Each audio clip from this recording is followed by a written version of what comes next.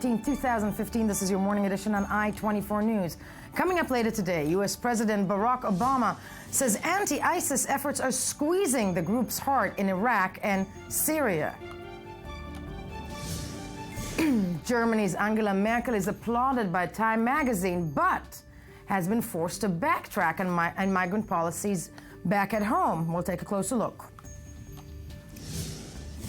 And later on the show, will Hillary Clinton and Donald Trump, indeed, yes, both of them, declare war on the open and free internet?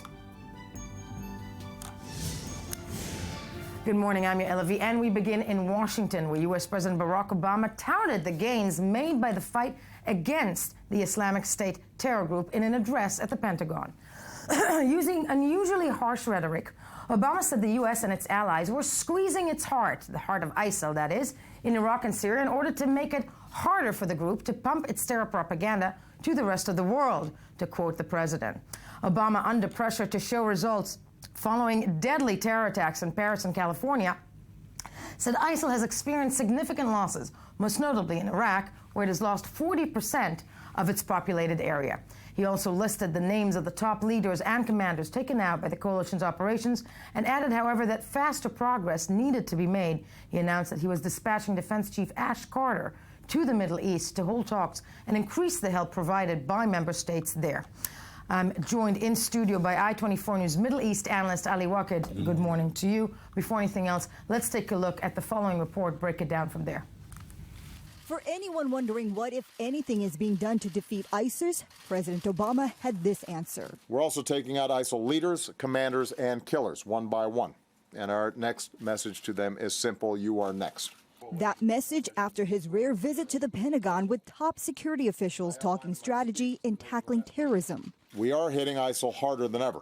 Last month in November, we dropped more bombs on ISIL targets than any other month since this campaign started. The reassurance comes as new questions are raised about missed cues and warnings in the San Bernardino attacks.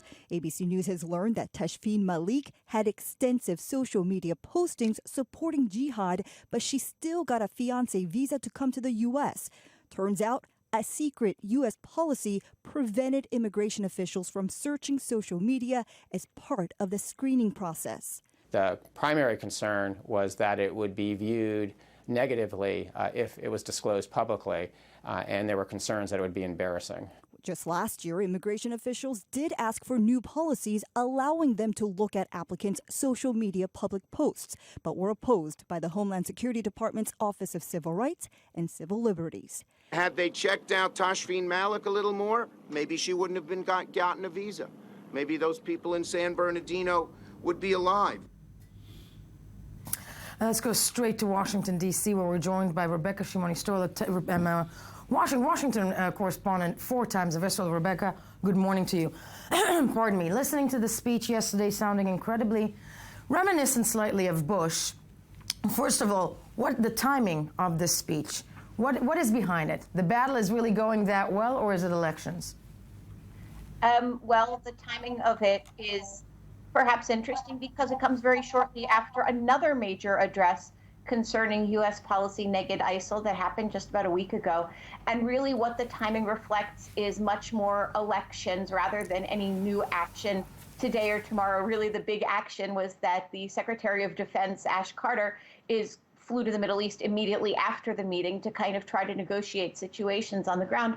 But basically the only thing that has really changed is that Obama's disapproval rating for his approval rating on foreign policy and in general is really not doing very well, whereas Donald Trump, the Republican frontrunner, seems to be making a lot of hay, as they say, in the Midwest off of ISIL and the United States' response or lack thereof in its ability to prevent the shootings in San Bernardino. How much of that narrative of Obama supposedly falling asleep on terror, which we've heard many Republican supporters or pundits in the studio say, is resonating with the American public?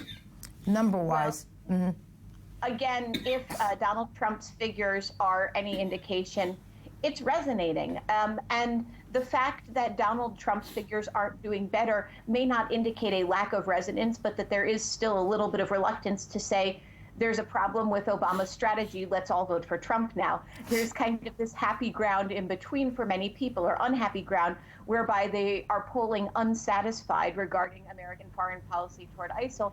But on the other hand, they're not quite ready to jump ship and vote to ban all Muslim immigration to the United States. Finally, also, is it affecting the numbers in your mind? Because you're there, you're covering, you're living it. Is it affecting the numbers of Hillary in that respect? Are we expected to see her come out with type of rhetoric that is similar to that is almost Bush-like when it comes to the battle against ISIS?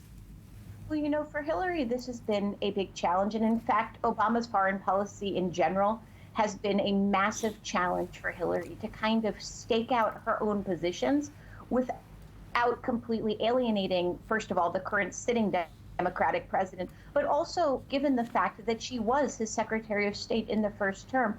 And so perhaps slightly less with ISIL, but with other issues as well in the region. Part of the question is, how much is she kind of wedded to the strategy? How much is she responsible for some of the situation that we see today in Syria? And we've heard reports that she had a somewhat different, perhaps somewhat more aggressive stance towards Syria when she was Secretary of State than the current administration has. But in general, this has been an enormous challenge for Clinton and for her campaign to kind of come up with a line on foreign policy that on one hand takes responsibility for the administration's actions, doesn't alienate the people who like them, but on the other hand sets herself apart slightly and says, no, here's how I'm going to be different. To be doing it. Indeed, in thinking of that, though, Ali Waked, I-24 senior Middle East analyst with us in studio, listening to the president, 40% really taken from ISIL. Has the battle against them been going that well as was presented yesterday? Because at the end of the day, it seems to be conflicting report. First, I want to comment about the role of Hillary when she was Secretary of State. I think that if Hillary is the nominee of the Democratic Party, she will need to face the Tripoli incident, the embassy in Libya, where the ambassador was killed by jihadists, and it was said that the American embassy in Tripoli was involved in recruiting jihadists to fight against the regime of Bashar Assad in Syria, and Hillary was part of this network, was part of this strategy. The entire American administration was part of it, at the time. Absolutely. And Secundo, I think that in Iraq there are some progress for the Iraqi forces supported by the international coalition. We're still seeing that the interest between Russia and America, between Iran and on one hand and Turkey and Saudi Arabia on the other hand, are dictating the rhythm of these progress. None of the parties don't want that any achievement will be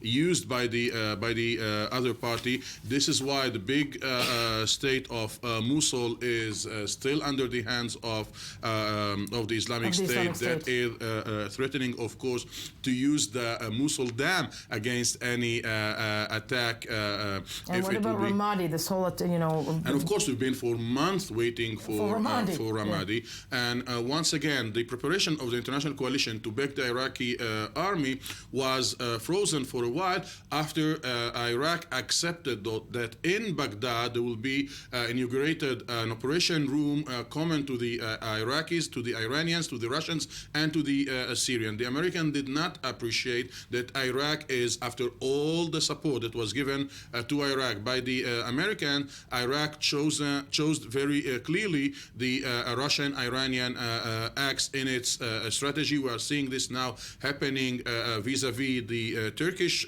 crisis in the region of Mosul. Haider al-Abadi made it very clear. I prefer the very firm position of Iran and of Russia than the very flexible and unstable strategy of the American. And it is interesting to ask, how come now we are seeing the Western leaders and the American leaders, especially after Paris attack, but also after the Russian involvement, talking about achievements against the Islamic State and taking measures and steps against the concrete measures and steps against the Islamic State, unlike what was the situation before the Russian intervention against the Islamic State. Against the Islamic State. And finally, though, Rebecca Shimoni-Stoll from Washington, if you're still with us, I was listening to the American president yesterday. I mean, I know they've been saying no troops at the ground, but the decision to dispatch Ash Carter out and ask more help, is there going to be more American intervention? Is there pressure from the American people to have more American intervention, i.e. troops on the ground in the Middle East to try and battle ISIL? Well, now there still seems to be a fairly broad consensus that's actually shared by most of the Republican candidates for president including, for that matter, Trump, if you try to nail down kind of Trump's position on what steps to actually do externally toward ISIL, that a large, injection of ground troops is not necessarily what most of the current political frontrunners in either side of the party are advocating. So the one exception to that is Lindsey Graham, who has kind of said maybe 10,000 troops on the ground, but that really is an outlier as of right now. There doesn't appear to be will to have a massive ground assault or to see, U.S. troops all of a sudden laying siege to Raqqa or something like that. So no, not necessarily ground troops, but there is a sense, and there has been a sense in the kind of spin after President Obama's speech, that between putting 10,000 ground troops on the ground, which seems to be very unpopular still, and between what we heard from the speech, which was basically we're going to stick with the same strategy and we're not going to actually do much of anything different. Right. There seems to be a desire for that middle ground, but the challenge for everybody, not just for the president, but also for those running against Hillary Clinton, is to come up with what that middle ground is that will satisfy Americans that the United States is taking significant steps to guarantee their own security in the United States, as well as ISIS overseas.